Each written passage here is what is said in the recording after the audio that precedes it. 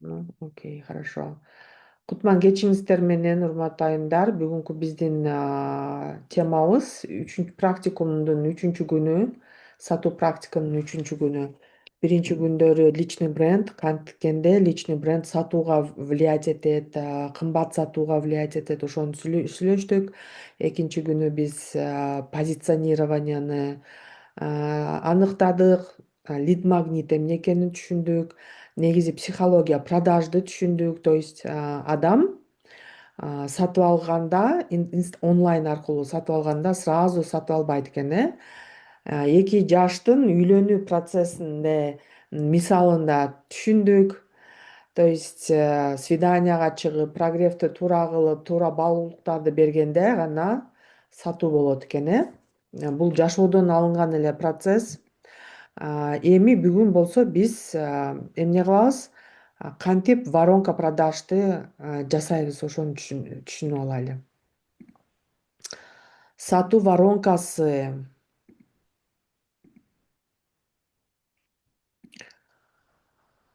Ой, давайте, я никак не хочу усложнять вашу жизнь. Сейчас полегче вариантын эме кылайлы. Вот смотрите, схематически мынтип алганда, схематически, визуально схематически это всегда будет понятно, да? Вот ваш план. Очень-очень простой, да? Если взять воронку, эгерде силер воронканын түрлөрү көп да. Силер мисалы WhatsApp, Кыргызстанда WhatsApp аркылуу сатуу эң эффективный. Эң эффективный. Например, Россияда Telegram аркылуу сатуу эффективный. В Россияда автоворонкалар аябай жакшы иштейт да, автоматташтырылган. Бирок Кыргызстанда WhatsApp аркылуу анан воронканын түрлөрү көп. Stories аркылуу, Reels аркылуу, продающий вебинар аркылуу, жандуу мастер-класстар аркылуу сатуу воронкалар бар. Но самый эффективный, популярный бул WhatsApp аркылуу сатуу болуп эсептелинет. Ошондуктан биз азыр пландаштырабыз. Биздин максатыбыз целевая аудиторияны WhatsApp группага алып келүү. Туурабы? Биз азыр түшүнүшүбүз керек да, бизге WhatsAppка аудитория кайсы тармактан келет? Эки источниктен келет. Бирөөсү платная реклама, силер акыны төлөйсүңөр, кнопка продвигать же кабинет, рекламный кабинет аркылуу, Facebook аркылуу жүргүзөсүңөр. $100 бюджетиңер $100 болушу мүмкүн, $300 болушу мүмкүн. Мен билген эксперттер $300 айына, $1000, кээ бирки крупный товарный аккаунттар, мен билгенден бир директор менен сүйлөшкөндө таргетине ар ай сайын $1000 берет экен да, чтобы таргет запустить. Силер дагы акчаңар бар болсо таргетке да бересиңер, а эгерде жок, мен еще Инстаграмдан акча таба элекмин, мен бюджетим жок платный рекламага, ошондуктан мен бесплатно табышым керек дегенде десеңер, анда силерге Инстаграм болот да, Инстаграм аркылуу болот. То есть Инстаграм аркылуу дегенде это через контент, да, через контент. Мына контент дегенде эмне болушу мүмкүн?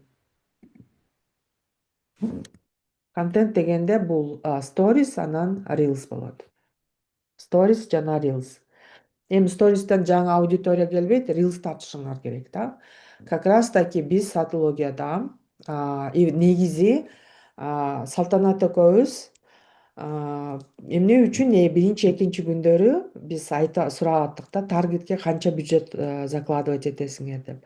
Кто-то сказал 20 тысяч, кто-то сказал 40 тысяч.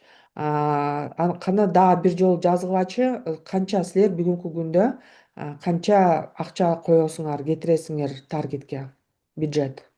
Бюджетиңер канча? Либо ушул сабактан кийин бюджетке ушунча акча бөлөмүн деп айтышыңар деле мүмкүн. Канча акча бөлгөнгө даярсыңар, допустим, платный таргетке? Жазгылачы гана. Мен эле сүйлөй бербей силерди да сүйлөтөйүнчү, кичине ойлонтурайынчы в эту. Мгм. Так, запись жүрүп атат, Мгм. Так. Пишем. Если нету бюджета десеңер, так и пишите. У меня нету бюджета. Когда силер предприниматель катары трезво уялбай ситуацияңарды воспринимать это. Если бюджета нету, то нету десеңер, то ошондон отталкиваться этип продажаңарды коесуңар. А если есть, то есть. Ничего страшного. Есть хорошо, нету тоже хорошо. Бул жерде Шахира Кузубаева 20 тысяч дейт. Калгандары 00, Samsung 45 миң. Таргетке 45 миң, э? 25 миң, 30 миң. Классно. Бюджети барлар да бар экен. 0 болсо, это ничего страшного, девочки. Мгм. Вот смотрите, биз Салтанат экөөбүз таргетке 0 кетиребиз.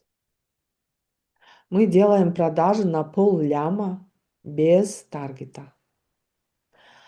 С таргетом, ну не знаю, нам привычно через рилсы, да, бесплатно аудиторию загонять, да, Салтанат? Ошол боюнча дагы айтып кетсең, почему мы таргет не используем? Почему мы хотим через рилсы? Это Биз азыр почему мы не таргет? Потому что айымдар таргет тең келген адамдар сиздерден сразу биринчиден сатып албайт. Алар кийинки запускка чейин калат, карап турат силерден. То есть прямо азыр мисалы үчүн 45 миң кетирдиңер, ошол 45 миң по идее реклама кетирген соң хотя бы 2 эсе акча алып келиш керек да. Но у нас Кыргызстанда азыр таргеттин эмеси болуп кетти. Как это сказать? Көп болуп кетти таргет. Ар бир эксперт таргет менен иштеп баштайт. И сейчас таргет, если честно, слабо иштейт. Таргет иштейт на прямые, на товары. Да, А товар. вот на экспертность, на курсы таргет работает слабо. Ошондуктан лучше попробовать сначала акча коротпой через органический приход. Ошол рилстен келген адамдар муну органический трафик дейт. Мгм. И, допустим, если сиздер ошол рилс аркылуу WhatsApp'ка хотя бы 100 человек загоните, анан кептин баары туура прогревте болот. Туура прогрев кылсаңар, получается 100 адамдан силерден хотя бы 3 адам сатып алса, например, 3 миңден 5 миңден 15 миң сом тапсаңар, это же сонунда расходу жок эле доход болуп калды. Мгм. Да. Вот. Правильно, но это не говорит о том, что, например, Эля Мамат менен Салта таргетти колдонбой эле койгула деп айтты, деп колдонбой эле коюшубуз керек депчи. Нет, колдонсоңор болот. Бюджетиңер бар болсо, колдонсоңор болот. Опять же, ал жерде правильный рекламный макет нужен. Хорошая настройка нужна правильная на аудиторию. Бир канча көбү бир эле макет жасап алып, анан иштебей атат дешет да. Ага бир 5-6 пробный тестирующий макеттер керек. Кайсынысы зайдет, кайсынысы не зайдет.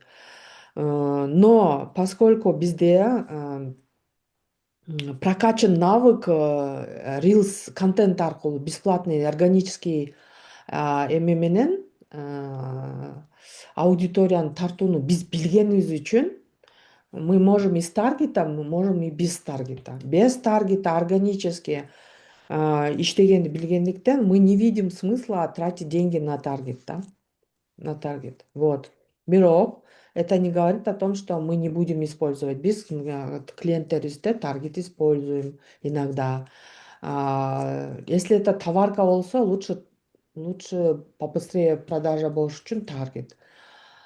Ну, от ситуации тоже зависит. Например, новичоктор болсо, пока эме Инстаграмды разгонять эткиче убакыт да кетет да, а время деньги. Ал учурда мы говорим, слушай, подготовь эмеңе, профилиңе, баракчаңа, и таргет запусти на какой-то лид-магнит бесплатный, чтобы побыстрее подписчиков набрать. Например, нөлдөн келгендер хотя бы первые 200-300 подписчиков алыш үчүн я иногда говорю, давай таргет делай депчи. То есть от ситуации кыздар. Бирок мен эмне үчүн силерден сурадым да, кимде таргетке бюджет бар, кимде жок. Эгерде жок болсо, не страшно. Эгерде бар болсо, классно. Бирок силер и таргетти дагы, и органический рост аудиторияны дагы колдонсоңуздар болот. Получается, түшүндүк, но WhatsAppка киргизиш үчүн, да, ушул жерде прогрев кылыш үчүн силердин источнигиңер бул таргет платная реклама и Instagram контент аркылуу органический болот да. Ушул аркылуу киргизесиңер. И получается бул жерде макет кылыш керек. Рекламада платная и макет кылыш керек. Туура макет. А Инстаграмда эмне кылабыз? Албетте Reels. Биз эмне үчүн сөзсүз түрдө ким укмуш Reels эме бизден келген? Продуктубуздан өткөн укмуш Reels. Мы дешевый продукт делаем это.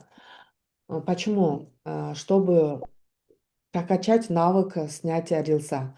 То есть бизге сатологияга келгенде биз үйрөтөбүз сатологияда кандай вирусный рилстерди татыш керек экенинчи үйрөтөбүз.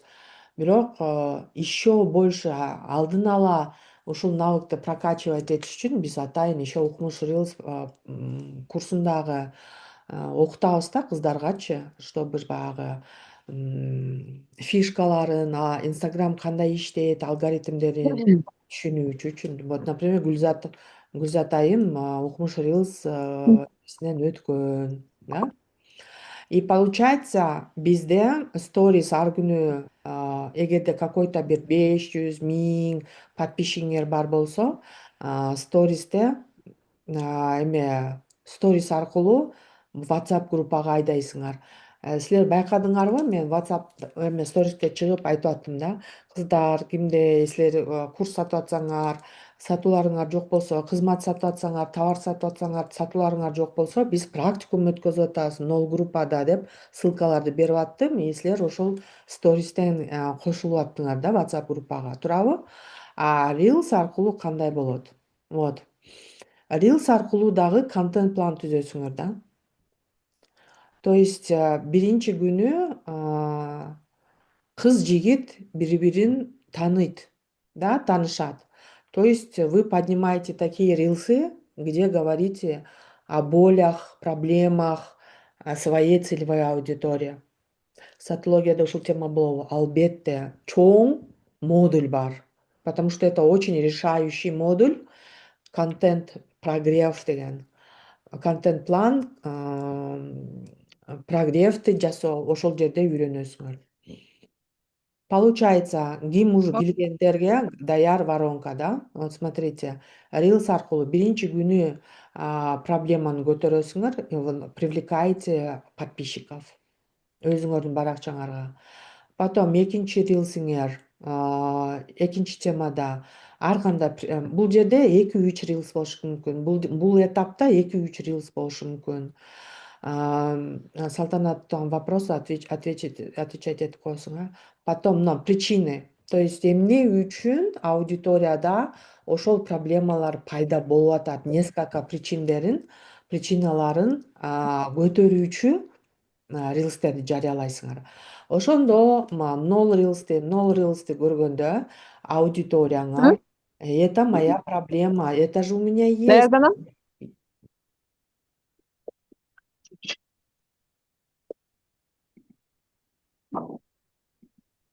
Выключите, пожалуйста, свои микрофоны, урматтуу айымдар, потому что вы мне мешаете.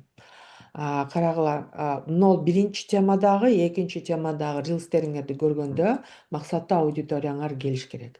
Алар рилсти көргөндө, менде ушундай проблема бар да, депчи. Мисалы, почему эмне үчүн силердин рилстериңер эмне болбойт? Көп охват албайт. Эмне үчүн силер рилс тартасыңар же сатуулар жок деген тема. Ар кимиңер өзүңөрдүн нишаңарда байланыштуу проблеманы көтөрөсүңөр. Ошондо силердин рилсиңерди көргөн адамдар, это про меня, у меня такая проблема деп силерге катталат. Анан үчүнчү этапта лайфхактарды бересиңер. Как сделать вот так? Как сделать вот так? Бул дагы бул дагы жаңы аудиторияны алып келүүчү эмелер, эмне эле, рилстер. Андан кийин уже силер айтып баштайсыңар да, менин клиенттерим или менин подписчиктерим, менин учениктерим, менин кардарларым проблемаларын ушинтип ушинтип чечишет. Хочешь такое? Давай, мен сага WhatsApp группага кошулууну сунуштайм, себебен ошол жерде айтып берем. Там же лид магнит берем, же мастер класс өтөм, же вебинар өтөм, же консультация акысыз берем. Но ушул аркылуу WhatsApp группага загонять этесиңер. И бул жерде дагы хочешь бесплатно узнать, то иди на WhatsApp депчи. Через кодовое слово. То есть ушул 5 темада рилстерди тартып, бир 10 рилс, ар бир темада 2ден 10 рилс тартып, жаңы аудиторияны алып келесиңер и плюс будете загонять куда? WhatsApp группага. И плюс еще мына сторис аркылуу дагы азыркы существующий аудиторияңарды дагы WhatsApp группага загонять этесиңер. И в это время платный рекламаңарда дагы хочешь решить эту проблему, то мага катталып ушу WhatsApp группага кош деп бул жак аркылуу дагы WhatsAppка группа адамдарды загонять этесиңер. Что будет после того, как вы загоните их, да, туда? Вот. Ушул жерде WhatsApp группага кирсе эле, вау, все, сатуулар болот дебейсиңер. Бул уже свиданияга чыгуучу площадка. Например, кечээ айттык, баягы парень, девушка свиданияга чыгат да, ресторанга, кафеге, ресторанга, паркка, токтогулга. Силердин паркыңар же силердин рестораныңар бул WhatsApp группа. И ушул жерде ар күнү свиданияга чыгасыңар. Ошондуктан WhatsApp группага загонять эткенде чыкпай туруңуздар группадан. Себеби дегенде мындай болот. Ушунчу паланчанчы күнү свиданияга чыгабыз дейсиңер да. Тием деп кетип калбайбы дейт. Тием деп да кетип калышы мүмкүн, кетпей да калышы мүмкүн. Мен азыр карьера түзөм, эч ким менен жолукпайм деши мүмкүн. Ар түрдүү болушу мүмкүн. Бирок силер именно эмне үчүн максаттуу аудитория деп атабыз. Бизге любая аудитория керек эмес. Бизге эрге тием деген аудитория керек. Понимаете? Ошол силердин максаттуу аудиторияңар болот. Силер үйлөнөм деп атасыңарбы? Силерге любая девушка керек эмес да. Силерге эрге тием деген максаты бар 23 жаштагы кыздар керек. Кардарлар, понимаете, которые университетти бүттү, карьераны жасады и уже материнский инстинкт появился, и уже эрге тийиш керек эле деген эки жакты карап присматриваться эткен целевая аудитория. Калган кыздар не ваша аудитория. Например, силер магазинсиңер, аялдардын кийимин сатасыңар да. Силердин эме аудиторияңар бардык аялдар эмес. Бардык аялдар эмес. Силер кандай кийим, если офисный кийим сатсаңар, анда силерге бизнес форматта, бизнес стилде кийген аялдар гана силердин аудиторияңар. Ошолор эрге тием деп жүрүшөт, понимаете? Түшүндүңөр, Ошон үчүн биз какшайбыз да Салтанат экөөбүзчү. Максаттуу аудиторияңарды билишиңер керек. Максаттуу аудиторияңарды билбесеңер, и разведёнкалар, өзүңөр эч качан үйлөнбөгөн болсоңор, нафиг вам разведёнка с 2 прицепами дегендей. Зачем вам в возрасте женщина, у которой муж умер, да? Силер эч качан үйлөнбөгөн жигит болсоңор, силер турмушка чыкпаган кыз издейсиңер да. Вот ваша целевая аудитория. Ажырашкандар өзүнүн эмесин теңин алышат да. Тең менен, тезек кабы менен дегендей.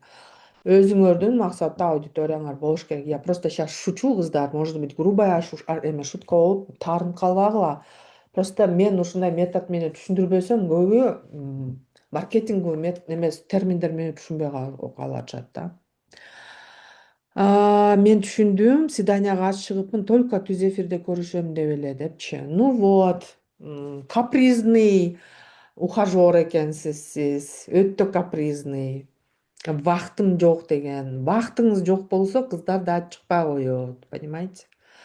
Анан бул жерде WhatsApp группада анан прогрев кыласыңар. Самый быстрый это 7-дневный прогрев.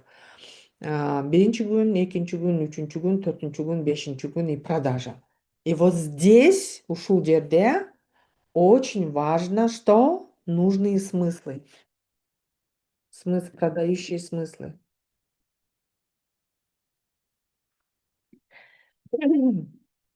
Ар күнү бирден смысл бересиңер контент аркылуу. Если, например, турмушка чыгам деген кыз менен жолугуп атсаңар, целевой аудиторияңар, анан силер мен ат чабышты жакшы көрөм да, сен улакты жакшы көрөсүңбү деп кыздан сурасаңар, это будет не очень хорошая идея, да. Лучше элге тием деп аткан кыздын ойлору кандай болот? Кайненем кандай чыгат экен, менин кайнсиңдилерим бар болобу же жокпу, стерва болобу же жокпу, бул мага кандай шарт, бул мени багалабы, мен балдарды буга төрөп берсем это для меня безопасно деген ойлор болот да, турмуш курам деген кызча. Махырга эмне берет дегендей. Да, махыга эмне берет, анан негизи ичеби, чекпейби, урабы, урбайбы. Ошол нерсе эме да, важный. Анан силер мен өлө улак чабышты жакшы көрөм да, сен жакшы көрөсүңбү?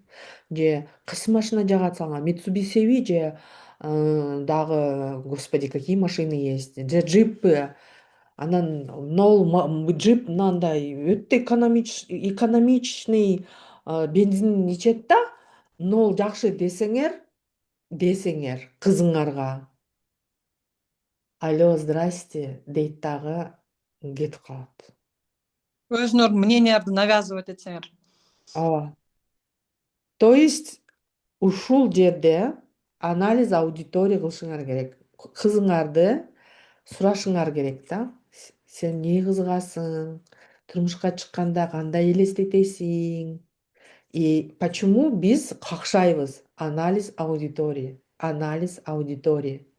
Когда өзүңөрдүн БМВңар эме экономичный ичет, анан улак чабышта өлө адреналин аласыңар деп, когда свой контент, свой из своей головы өзүңөрдүн могу рилстер кызыктуу болот деп, өзүңөргө жаккан темада рилстерди тартканыңарда, силердин аудиторияңарга это будет неинтересно, и вы ее не заденете. А эгерде ошол болочок келинчегиңер ошол кыздан, сен келечекте эмнени каалайсың, как ты мечтаешь деп сурап алып, анан бул ушундай мечтать этет экен да деп карайсыңар да ойлоносуңар, приблизительно я могу, в принципе, обеспечить деп туруп анан кийин слушай, экөөбүз баш кошуп калсак мындай болот, мындай болот, мындай кылабыз, Кудай кааласа, Кудай поддержка кылса, сен мени поддержка кылсаң, ушундай болот, отдельно жашайбыз, аракет кылабыз, мынча акча тапканга аракет кылам, мынча алабыз болот деген нерселерди айтсаңар, ну это девочка, что? Прогреется, Растайт. растает, прогреется к вам. И көбү ушул этапта өтө чоң катачылыктарды кетирет да, смыслы. Потому что вы не знаете, что такое каздев, каздев өткөргөндү. Вы не знаете, как правильно проводить анализ аудитории. Ошибочно конкуренттин жасаган ишин кыласыңар да. Бирок конкурентиңердин ата энеси шишка. Анын изначально фундаменти бар. Карга эмнеге карга өрдөккө тең элемде бутун сындырыптыр дегенде силер конкуренттин фундаментин изначально эмне кандай ресурсун бар экенин билбей туруп анын контентин турайсыңар, но это же не про вас. Это не про вас. Силердин изначальный тажрыйбаңар, опытыңар, иштөө методикаңар, оюңар, баалуулугуңар разный. Мне үчүн конкуренттики не всегда удачная идея, да, брать, потому что то, что работает у него, не работает у вас, не сработает. Анан кийин мен сага асмандан жылдыз терип берем. Мен сага айды алып берем деп конкуренттин айткан обещанияларын силер дагы жаза берсеңер, а на самом деле вы не сможете, да, айга барып айды алып келгени. И что? Не получится. Ошондуктан бул жер өтө главный момент, да. Сатологияга келгенде, как раз вот эти смыслы вытаскивать мы научим вас. Какие смыслы вытаскивать нужно, чтобы вплести в контент. Элже, можно я добавлю? Да. Ушул тема, вот могу именно бул эмеден инстаграмдагы рилстер плюс ватсапка алып келгенден кийин прогревтер, вот мен лично, мен эми кечке курс менен элек эмесмин да, менин основной деятельность, я копирайтер. И анан мен именно ушул теманы жазып, бирөөгө клиентке даярдап берип, акча алам. Мен основной доходум ушул. Бир полный прогревти жазып бергеним, это баасы там по-разному 30, 40, 50, в зависимости от количества. 30 миң, 40 миң, 50 миңге жазам, да. Вот. Это очень проходимая и ар бир инстаграмда иштейм деген адамга өтө керектүү нерсе. Либо муну өзүңөр жасайсыңар, либо айла жок бирөөгө акчага жасатасыңар, да. Поэтому лучше один раз бул теманы жакшылап үйрөнүп алып, и то азыр деген өлө сонун жеңил болуп атат да. Азыр чат GPT бар, Cloud бар, көп жардамчы нейросеттер бар. Чтобы могул нерсени тез жазып, тез тартып алганга. И на сатологияда биз именно бир чоң блок, чоң модуль ушул темага посвящен болот да. И ушул сабактын негизинде сиздер не только можете себе делать бул воронканы, но уже башкаларга за деньги кылсаңар болот да. Бул теманы билбегендер толтура дагы деле азыр.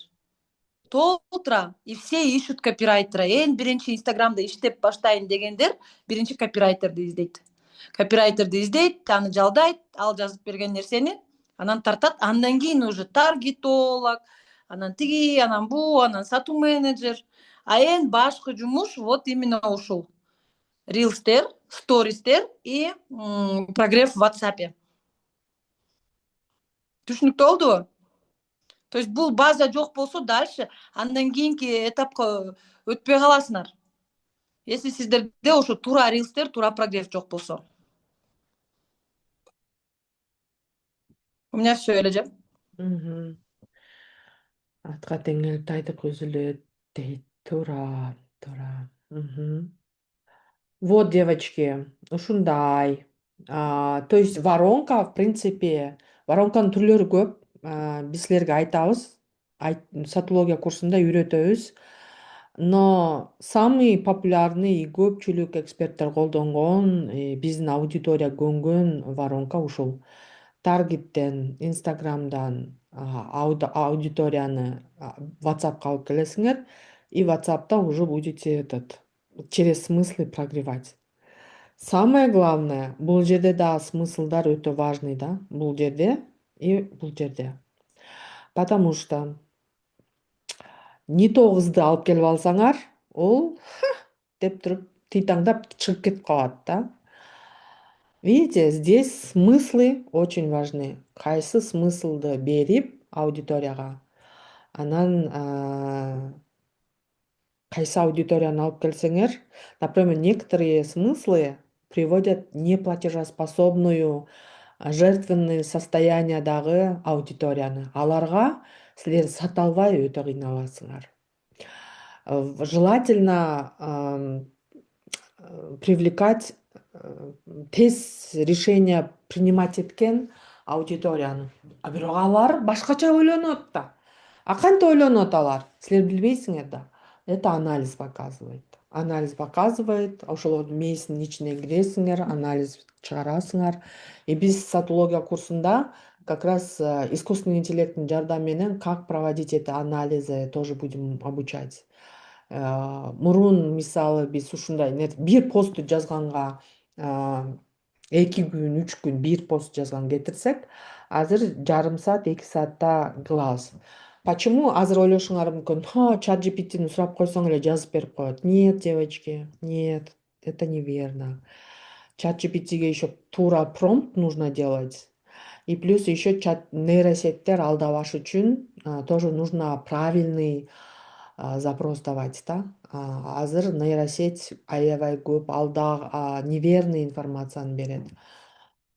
Ошол нерселердин баарын сатология курсунда биз үйрөтөбүз. Вот воронка принципи ушул.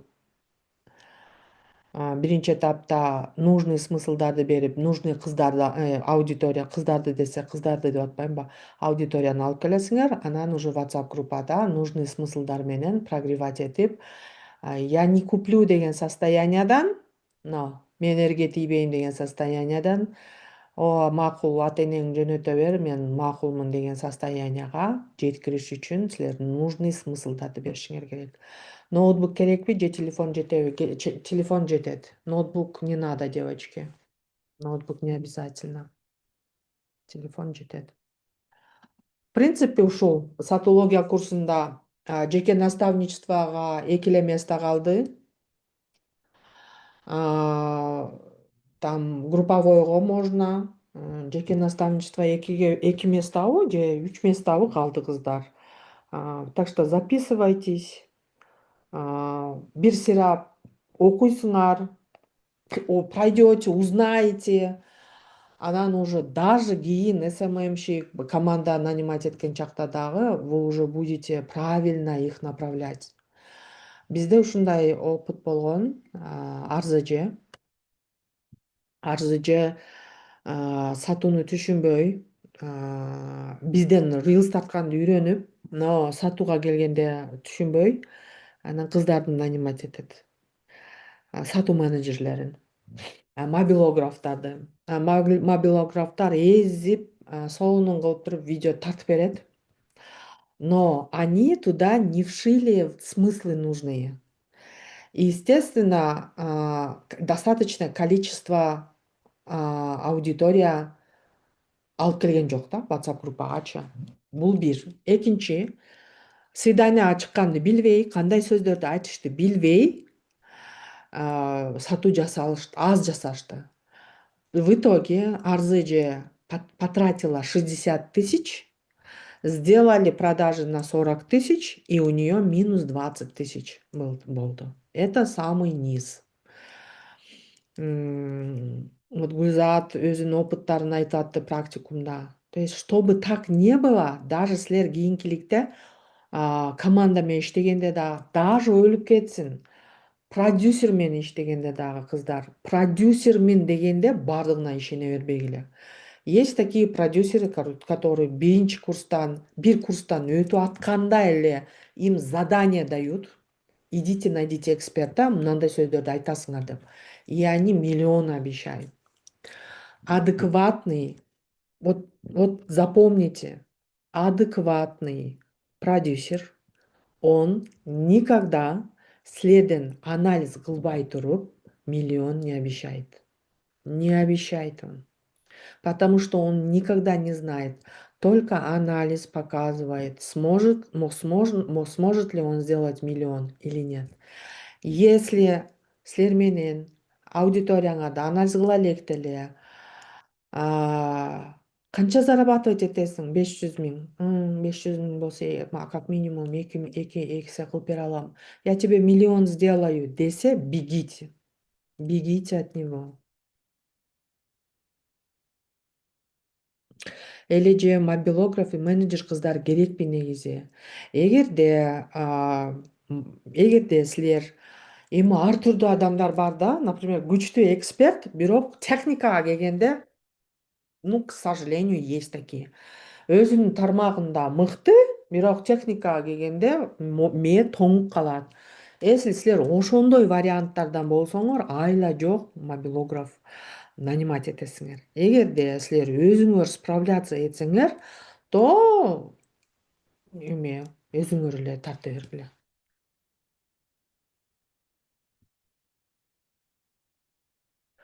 Бардыгын эле ачык бердиңер, жасаганга келгенде кыйын. Жасаганга келгенде оңой эле. Если түшүнсөңөр логикасын. Если түшүнсөңөр. Если түшүнбөсөңөр, ошон үчүн айтып атабыз да, биз менен келип, бир сыйра ушул жолду басып өткүлө. Вы поймете эту логику. Дальше уже өзүңөр сатып баштайсыңар.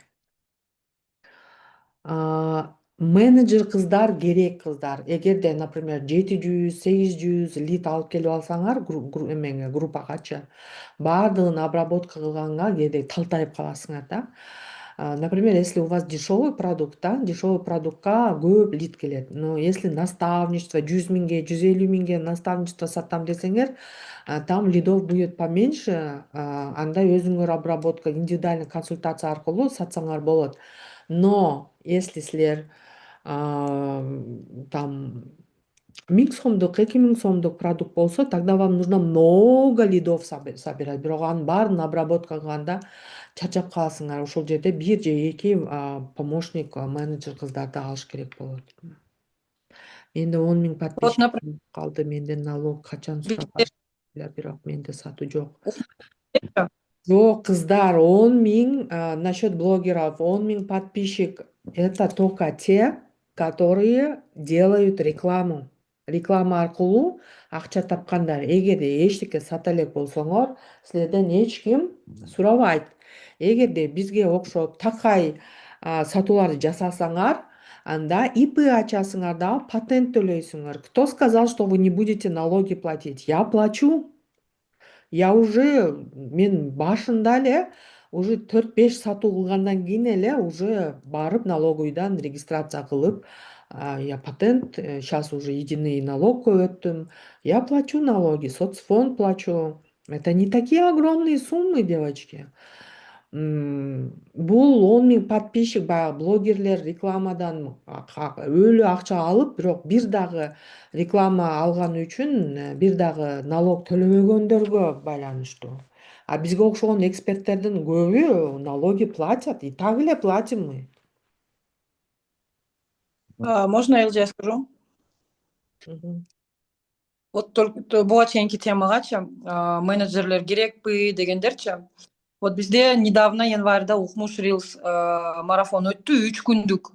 Ошол 3 күндүк марафондун негизинде Анара эже мы сделали 2 рилса. И то еще ана мен өзүм кыла албайм кылып берчи деп туруп, мен ага 2 штук рилс кылып бердим. Ар бир рилс 40 000 просмотр алды. И бир рилстин астында мага да керек, мага да кызык деген 700 комментарий болду. Баягы Анара эже, во-первых, менеджери жок, во-вторых, сатууну билбейт, потому что биз укмуш рилсте сатууну үйрөткөн жокпуз да, только рилстерди. И баягы 700 литти кое бербейди. Все, они разошлись, они остыли, сразу аларды иштеткен жок. А эгер ошол 700 адам менен иштесе, баягы өзүнүн канча сомдук, я не помню уже канча сомго сатып аттыр, но хотя бы бир 50 000 кылмак да. Вот в этом случае, когда вообще эчтеке билбесеңер, кыла албайм, убактым да жок, параллельно дагы бир жумушумду кылып атам десеңер, обязательно сатуу менеджерди коюп коюш керек. А сатуунун өзүнүн уже бизден эмеден үйрөнүп аласыңар, сатологиядан, сатуунун техникасын. Но просто чтобы убактыңарды үнөмдөө үчүн и не пропустить бир да адамды, чтобы не пропустить, сатуу менеджер керек. Сатуу менеджерге кандай кыласыздар? Просто процентке отургузасыңар да. Бир продажадан, мисалы үчүн, если арзан продажа болсо 10%ке отургузасыңар. Кымбат продажа болсо 20%ке отургузасыңар. И когда продукттун баасын коюп атканда, ошо менеджердин акчасында баягы 20%ын киргизесиңер баасына. Түшүнүктүү болуп атабы? Вот, например, биз элеже экөөбүз азыр без менеджеров иштеп атабыз, поэтому биз менеджердин акчасын кошпойбуз биздин продукттун баасына. Без куратора иштеп атабыз, поэтому биз куратордун акысын да кошпойбуз. Но если сиздерде ушундай ситуация болсо, анда кошууга туура келет. Ошо себестоимостька. Түшүнүктүү болдубу?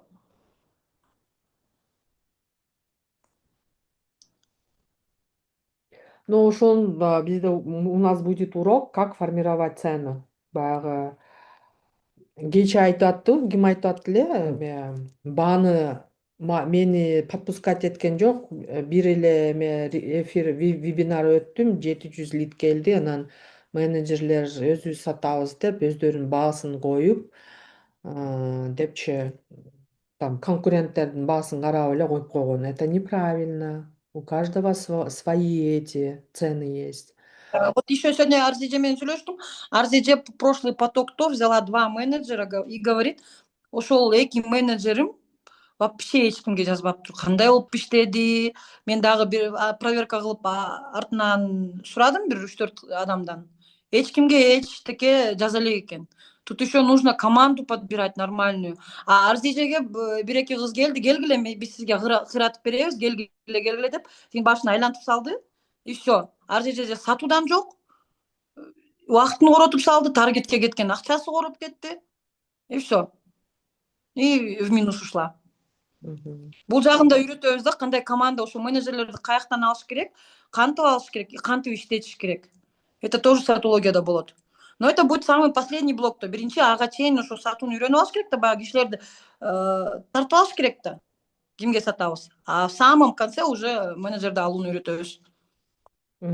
Азыр биз Салтанат экөөбүз бир эксперт менен иштеп атабыз. И тоже лидов у нас 2,5 миң болуп кетти. И мы бир менеджер кетип, бир менеджер не стала справляться. И мен айттым, объявление жазгыла, давайте пусть подают деп.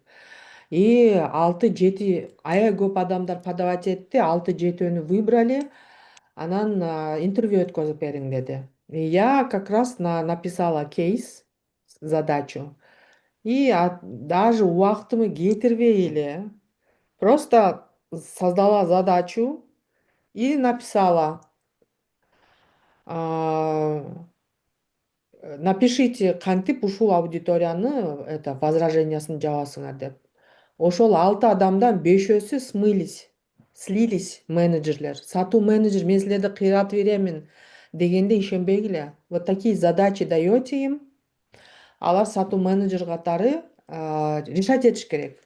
6 кыздан кыйратам деген кыздан еще терилген 5-өсү ответ жаза албай койду да, смылись, и бир кыз более-менее вот такой ответ жазды. Ошону пробный эмеге убакытка алгыла, көрөбүз. Бир сатуудан көрөлүчү, как они справятся или нет деп эме кылдык. Поэтому, девочки, мен кыйратып берем. Если продюсер келип эле мен сени миллионго чыгарам десе, бегите от него. Если сатуу менеджер мен сени кыйратып эле сатууну кылып берем десе, вот мы научим вас, как делать, как тестировать их. И ошодон эле билинип калат. Тесттен эле ким кандай экен. Бала болдор сразу сливаться этилет. Мында эчтеке жоктор. Кичине более-менее опытныйлар, они будут уже стараться. Понятно? Поэтому bunun дагы онлайнда иштегенде, например, оффлайнда силер иштегенде канча 8 саатта кетиргенде 50 000 сом тапсаңар, онлайнда 8 саат иштеп 200 000 табасыңар. Анын, например, 70 000-ин расход кылсаңар, 130 000-и силерге таза киреше болуп калат да. Хотя ошол эле затрат энергии 8 часов. А так жеңил диванда чит деп түкүрүп коюп акча миллион күрөктөп табасыңар дегенден мен алысмын. Иштейсиңер. Если вы сейчас в иллюзии сидите, мен о курска кирсем эле акча башыма монтип түшөт десеңер, это не для вас. Мы не для вас. Анда ошол золотые горы обещать эткен эксперттерге барып, толтура акчаңарды кетирсеңер болот. Они вам горы, конечно, не дадут потом, акчаңарды алып алгандан кийин. Сюда я хочу взрослых людей. Почему? Потому что жертвалардан Салтанат экөөбүз чарчадык. Никогда, оказывается, жертвалар өзү аракет кылбаса адам, биз тараптан эле боло берсе, результат болбойт экен, биз аны түшүндүк. Поэтому эгерде сиз чындап эле аракет кылып, үйрөнөм, кирешеге чыгам, и серьезный бизнес, баягы детский тятя-патя анан көрөйүнчү эмес, серьезный бизнес баштагандын биринчи кадамын силер менен жүргүзөм, же уже биринчи кадам жасасаңар, экинчи кадам росту силер менен кыламын. Азыр мен 30 000, 50 000 табатам, я хочу стабильно 150 000. Я хочу стабильно 200 000, я хочу стабильно 500 000. Мундуз, например, вообще 2 миллион запрос менен келди. Ошондой хочу десеңер, серьезный запрос менен келсеңер, добро пожаловать. Анан көрөйүнчү деген болсо лучше көрбөй эле койгула. Хорошо?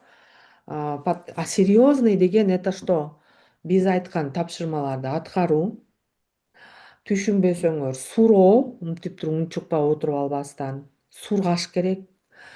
Анан кийин Эля Мамат качан жазат экен деп күтүп отурбай жазып инициативаны алуу. И уялам да, ладно, уялам дегенде мы вам поможем, господи. Чопон эже, психолог, нам проведет по денежному мышлению тоже эфир, бонус катары, ал сабактардан сонун нерселер, инсайттарды аласыңар, потому что вот здесь мышлениянын үстүнөн да иштеш керек, не только физически, но вот здесь тоже нужно блокторус менен тоже нужно работать, да? Например, повышай цену. Тебе невыгодно за 1000 сомов продавать. Сделай 5000 сом. 5000ге эч ким албайт деп отурасыңар. Блин дейсиң да. Ошончо мээнет кылып туруп 1000 сомдон 10 000 сом эле иштеп каласың анда. Лучше по 5000 сделать 50 000 дейсиң, но опять же могул жагында блок бар болгон үчүн вот это мешает да. Болбосо өтө аракетчил, мээнеткеч аял, эксперт. Бирок заниженный самооценкасынан за 3 копейки продает. Я сама за 3 копейки продавала. Знаете, как выгораете? Ого. Поэтому ошо, чтобы не выгорать, адекватно өзүңөрдүн трудуңарды оценивать этип, адекватный цена койсоңор, адекватный клиенттер келет. 500 сомго 500 сомдук клиент келет экен. Вот Салтанат не даст соврать. Мы уже боимся за 500 сомов продукты делать. Жүрөгүбүз уже канап бүттү, да. Мы не будем. Наш минимальный эң арзан продукт это 3000. Эң арзан продукт. И Потому то мы что это ужасно. Каныңар, токтотобуз деп да, и то 3000 сомдукту токтотуп, как минимум 8000 и выше будем делать. Потому что каныңарды сорот, кактайт да, ошондой аудиториячы. А как тогда выйти на высший шаг? Ну, опять же, нужно строить личный бренд, девочки. Смыслы, позиционирование. Өткөнкү күндөрдө мен силерге үйрөткөндөй позиционирование, методикаңар, мыкмаңарды көрсөтүп, я не из дешевых деген позиционированияларды кылганды үйрөнөбүз. А самое главное, да, что ушунун баарын эгер кылсаңар, бул Инстаграмда акча бар, көп бар. Бул Инстаграмда мүмкүнчүлүктөр толтура. Вот если фокус коюп от души иштесеңер, сонун иштесе болот. Вот, например, менин баракчамда 2600 эле подписчик. Это потому что менде убакыт жок, мен элдикен кылып берип атып, өзүмө келгенде убакыт да жок, энергия да жок калат, идея да жок калат. И то ошол 2600 менен, и то мен нормально иштеп атам. Сонун иштеп атам да. А элестеткиле, если мен ошону 10 000ге чыгарып туруп, азыркы жол менен иштей берсем, мен мындан да көп табам да. Потому что здесь есть деньги, да. Вот 1000ден ашык живой аудитория чогултсаңар эле уже варианттар болот. Каяктан кантип акча табам. А эгер силерде уже даяр аудитория болсо 20 000, 10 000, 30 000, 50 000, то это уже грех ушул аудиториядан монетизация кылбоо. Это вы просто убактыңарды кетирип атасыңар, рилстерди чыгарып коюп, анан это менин хоббим депчи, кечээ бир эжем сүйлөштүк эле наставничество жөнүндө. 150 000 подписчик бар, вы ее каждый день видите. Сонун эже дайым, ушундай сонун эже экен. Баракчасын карасам, психолог экен. Легкая женщина, да? Прямо. Күндө көрүп атабыз барып. Эже хотя бы 100 000 табасыңарбы? Десем, азыр мени өчүрүп салат го, кайдагы 100 000, миллион табам десем, жок, даже 10 000 да таппайт экен. Жок, мен ким экенин айта албайм да азыр, ну, не имею права этического. А зачем вы это делаете, эже десем, просто для себя делаю, анан кантип акча табарымды билбей атам дейт, представляете? Вот представляете, насколько дагы деле бизде эме жок болуп атат. Пока другие, пока мы, могу чоң торттун кусогун эле жеп экөөбүз жеп атканда, силер только отуруп алып жыттап атасыңар баягы торттун жытын. Потому что эме кылбайсыңар, фокус кылбайсыңар. Чудо көп эле адамдар чудо ждут. Азыр мен дагы рилс чыгарсам, может бирдеме болуп кетет. Болбой калды. Анда дагы бир рилс чыгарайын. И вот так и время өтө берет, и все, и толк болбойт. Может, келет подписчиктер. Но алар просто келет, көрөт, они не собираются ничего покупать. Поэтому аракет кылыш керек. Дагы деле убакыт жок, дагы деле убакыт бар, дагы деле Инстаграм пока еще бизге кыргыздарга мындай сонун мүмкүнчүлүктөр түзүп атат. Например, Россиядагылар уже анта албай атышат. У них то Телеграм закрывается, то Инстаграм закрывается. С 1 марта у них эме болуп атат. Русский языкка, орус тилге зарубежный сөздөрдү кошсо болбойт экен. Например, копирайтер, маркетолог деген сөздөрдү они уже башка жолдорду издеп атышат. А бизде кыргыздарда азыр сонун мүмкүнчүлүктөр бар, сонун. Только кылыш керек. Бул жерде вопрос идет, да, 1000 подписчиков канча кыска убакытта эме кылса болот депчи, топтосо болот депчи. Гүлсара эже, здесь вопрос не канча убакытта, а как вы контент сделаете. Ну вот, например, жогоруда айткан Салтанат Анара эжеге рилс кылып берди, да. Вот у нее 1000 подписчиков, у нее не было 1000 подписчиков, 23 было подписчиков. 23 было, и то все ее коллеги. Вот ушул эки рилс, который Салтанат помогла сделать. Бизге сатылоого келсеңер, вы научитесь, ушундай охваттар бар, контенттер жасаганы. Ушул эки рилс ей принесли 1050 подписчиков. Эки рилс. Но она дальше, потому что сатканы билбейт, эчтеке кыла албай койду ушулар менен. Да, сатылоого кел десе келбей койду. Келбей койду, к сожалению. Ошол, так что вопрос не канча убакытта, а вопрос как грамотно силер контентти түзөсүңөр.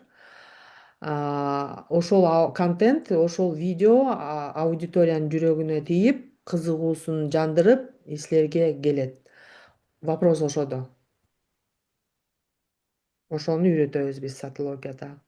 Как нужно говорить, чтобы люди заинтересовались к вам. Блогерлер көбөйүп кетти дейт. Ошону жөнүндө айтсаңыз.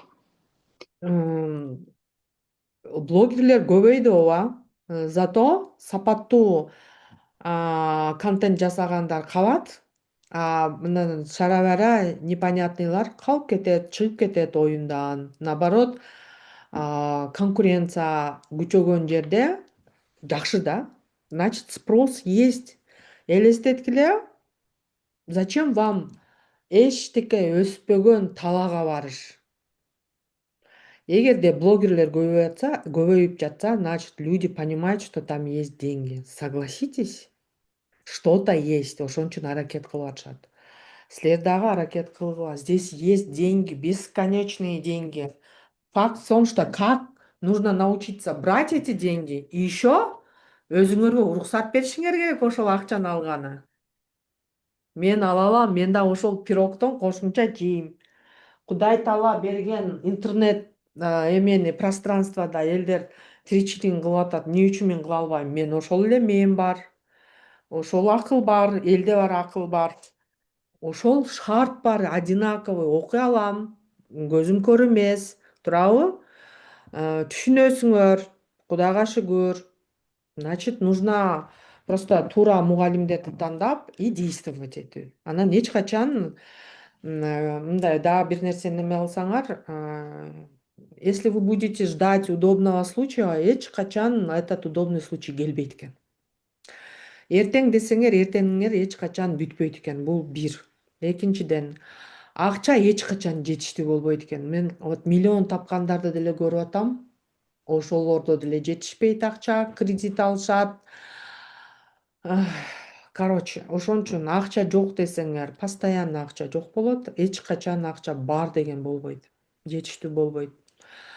Анан убакыт жок, эртең анан удобный случай болсун, анан кайным үйлөнүп бүтүп алсын, кайынсиңдим эрге берип келейин, анан балам чоңойсун, тиши чыксын, ичи айыгып калсын деп шарттарды күтүп отура бересиңер. Этого момента идеального никогда не наступит. Девочки, жекеси дагы и групповой дагы бир эле убакыт болот. Бул 6 жума. 6 жума. Сатология жакшыбы же жеке сатологиябы? Сатологиянын ичинде тарифтер бар да, групповой и жеке. Или же мен снова иду к вам на повышение, если мен өзүм окуйм да 100 000 тапсам, то на личном представлении. Конечно, Райхан өткөнкү сатологияга келген. Сейчас уже жекеге келип атат, жеке тарифке. Мы с ней будем новую продуктовую линейку. Она продавать умеет. Просто жаңы смыслдарды, жаңы продуктовый линейка түзгөн жардам берип атабыз, чтобы она уже опять X2 делала. Жаңы ценаларды коюп беребиз. Башталганда эле контент жасап баштайбызбы? Программабыз бар, девочки. Башталганда эле контент жасап баштабайсыңар. Биринчи эмнени элдерге сунуштайсыңар, ошону пландаштырасыңар. Запускта, сатууда 70% убакыт это подготовка и 30% это сатуу. То есть эгерде силер изначально начар просроченный сүт алып, эски ун алып, бузулуп кеткен яйцолорду алып, торт жасасаңар, тортуңар идеальный болобу? Болбойт. Поэтому подготовительный этап, что это означает? Вы для себя должны понять, как мен өзүмдү элдерге эмне деп түшүндүрөм, презентовать этем. Позиционированияңарды, кантип чыгам, стиль, мен говорящий голова мененби, полезный эме мененби, же юмор стилиндеби, кандай стилде, кандай форматта, ошолорду аныктайсыңар. Анан мен эмнени сунуштайм? Продуктуңарды даярдайсыңар. Продукт дегенде у кого-то блог, просто блог, эчтеке сатпасаңар дагы. Кто-то курс, кто-то консультация, кто-то кызматын, кто-то товарын, продукт даярдайт. Ал продукттун өзү дагы выгодный, кайсы ценада берем, кантип айтып берем, кантип мактайм, кантип сунуштайм, офферлер, ошолордун баардыгын даярдап аласыңар. Если курс болсо, программаларын даярдап аласыңар. Анан кийин мага ким керек? Анализдейсиңер аудиторияңарды. Мен кимге сатам, а ким мага керек эмес. Да? Ошентип аныктайсыңар. Аныктап алгандан кийин уже алар мени угуш үчүн мен кандай сөздөрдү айтышым керек? Смыслы будете даярдайсыңар да? Тексттерди, постторду, сценарий рилсов. Сценарий рилсов даярдап алгандан кийин анан быстро съемка кыласыңар дагы, тың биринин аркасынан бирин секинден ар күнү контентиңерди чыгарасыңар, таргетиңерди жүргүзөсүңөр. 6 күн бою силер даярдаган текстиңерди чыгарып, оңой эле чыгарып, возражениялар жаап, анан сатуулар кыласың. Ну, если это облегченный вариант, да.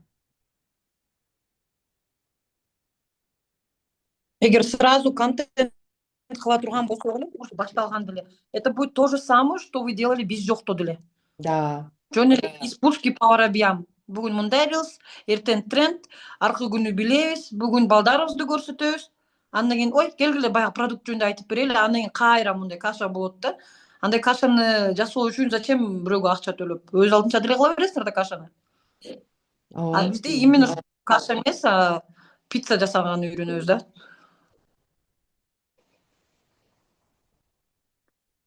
Биринчи сатология окуп, анан жекеге барыш керек. Жок, бул тарифтер. Давайте еще раз расскажу про тарифы. Тарифтер деген үч тариф бар. Биринчиси өзүм окуйм. Мен кечээ айткандай, өзүм окуйм, кимге керек? Уже иштегендер, акча тапкандар, но бир нерсеси жетпей аткандар. Мага только эле сабак бергилечи, мен дальше алып кетем өзүм. Мага эчтеке кереги жок. Мага только билим керек. Анын баасы 10 000 сом. Групповое наставничество, анан VIP наставничество бар. Групповое наставничестводо группада окуйсуңар. Индивидуальный наставничестводо жеке үчөөбүз иштешебиз. Сиз, мен, анан элеже. Жеке наставничество может быть кичине беркилерге караганда тезирээк.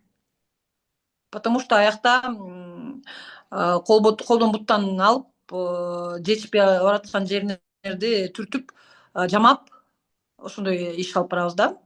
А групповой наставничестводо баары по шагам, тепкичмен, кадам кылып жыйынтыкка барабыз. Жекеге баргым келип тур дейт. Эгер жекеге келгиңиз келсе, азыр мага личкага жазыңыз, карап чыгалы. Конечно, сатология бар ичинде. Программа 3 тарифте тең бир программа болот. Бир эле программа болот.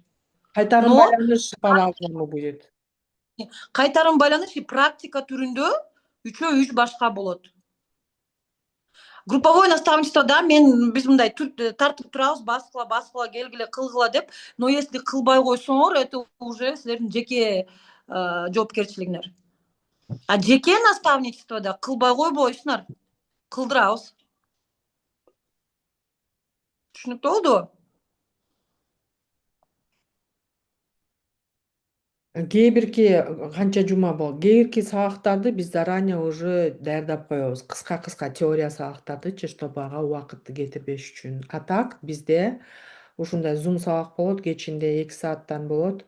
И биз сабак маалында жасайбыз бүт нерселерди, практикаларды. Например, өткөндө мен силерди жасаттырдым го, позиционированияны, формулаларды берип. Ушундай формулаларды берем, шаблондорду берем. Шаблондордун негизинде силер ар ким өзүнүн нишасына ылайыктуу, өзүнүн бизнесине ылайыктуу кылып туруп жазат. Анан бизге берет, же болбосо группага жөнөтөт. Эртеси тапшырма кылып беребиз да, анан кийин жекеде мен текшерем, групповойдо Салтанат текшерет, и отуруп алып биз кайтарым байланыш беребиз. Бул жагын оңдо, бул жагын андай кыл депчи.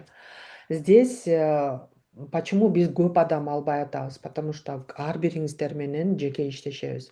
Бизде не на количество, девочки. Менин методикам, мен ушундай эксперт экенмин, я на количество пыталась работать. Мага аябай жаккан эмес. И мен окума келген кыздар билишет. Я всегда малый количествода иштеймин. Мен ошондой эксперт экенмин да, малый количествода и прямо вживую андай кылып жаса деп жакшы көрөт экенмин. Мен баягы даяр видеону жөнөтүп коюп, анан унутуп отурганда мен өзүм ырахаттанбайт экенмин. Мен силер менен сүйлөшүп, чогуу иштегенде ырахат алат экенмин. Потому что мага да ырахат бериш керек мен жасаган жумушумчу. Ошого мен аз количествода, баасы ооба кымбатыраак болушу мүмкүн, бирок ошондо деле башка эксперттерге караганда менин бааларым лояльный. Я не такие заоблачные цены ставлю. Башкалардыкы мындай даяр, готовый, заранее тартылган видео сабактарга эле 100 000, 150 000 болуп атат. А меники именно методикам отличается, методика работы.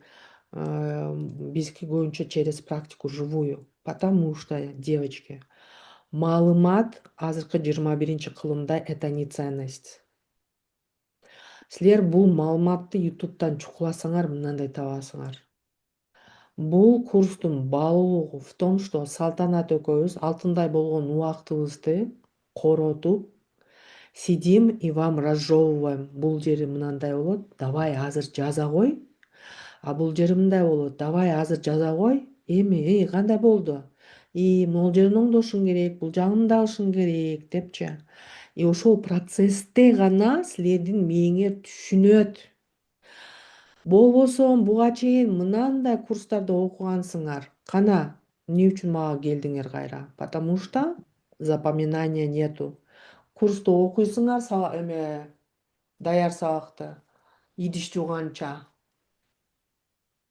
вроде бы мээңер түшүндүм дейсиңер, а жасаганда ничего не понятно. А биздин методика боюнча мы вживую. И поэтому айтып атпаймынбы, тиги көрөйүнчү дегендер башыбызды оорутпай, өзүңөрдүн да башыңарды оорутпай келбей эле койгула кыйналасыңар. Реальный бизнес кылам, реально бизнес жасоонун инструменттерин үйрөнөм. Мен онлайндан реально киреше чыгышым керек дегендер келгиле деп атам да. Биздин дагы өзүңөрдүн да убактыңарды албай, албаш үчүн.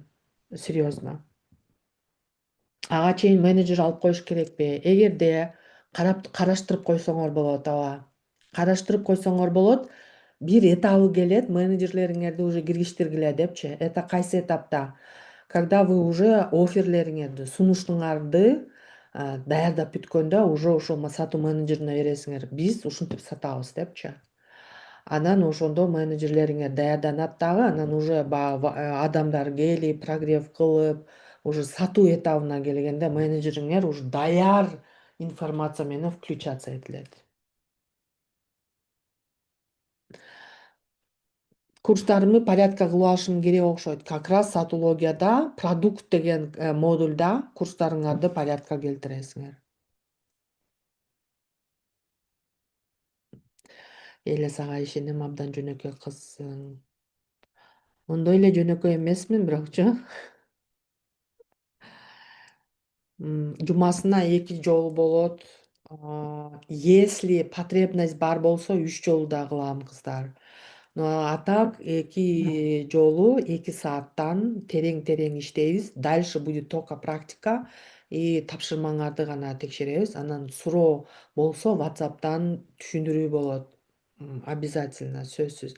Если вообще не догоняю десеңер, нам не принципиально, биз алло деп алып туруп чалып дагы түшүндүрүп деле кое беребиз. Самое главное өзүңөр даяр болушуңар керек ошого.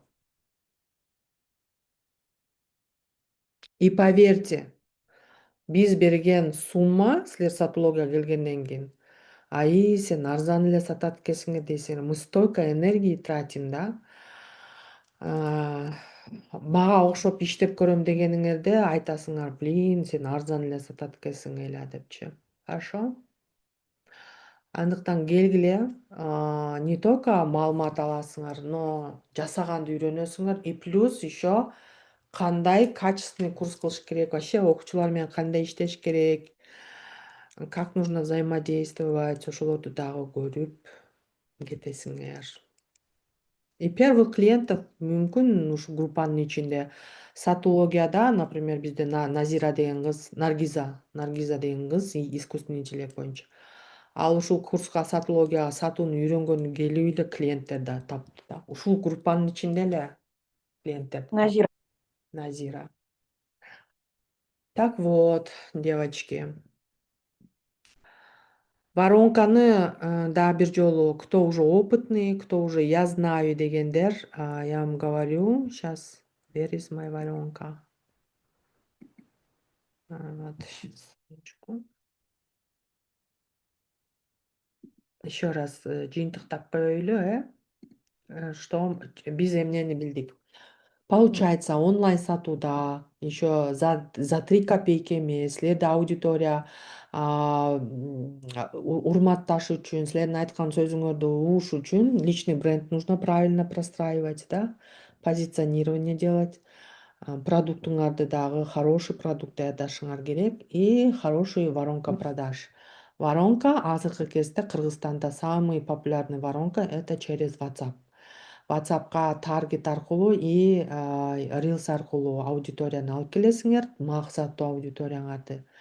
И бул жерде прогрев кыласыңар. Прогрев кылганда много эле эме система менен бул жакта да прогрев кыласыңар. То есть проблеманы чечүү жолу, как у вас ваши клиенты проблему с помощью вас решают кейсы, потом продажа, до продажа и закрытие продаж. Ушул смысл менен сатуу кыласыңар. Всё. Бул жерде либо өзүңөр сатуу кыласыңар, либо сатуу менеджерлерин нанимать этесиңер.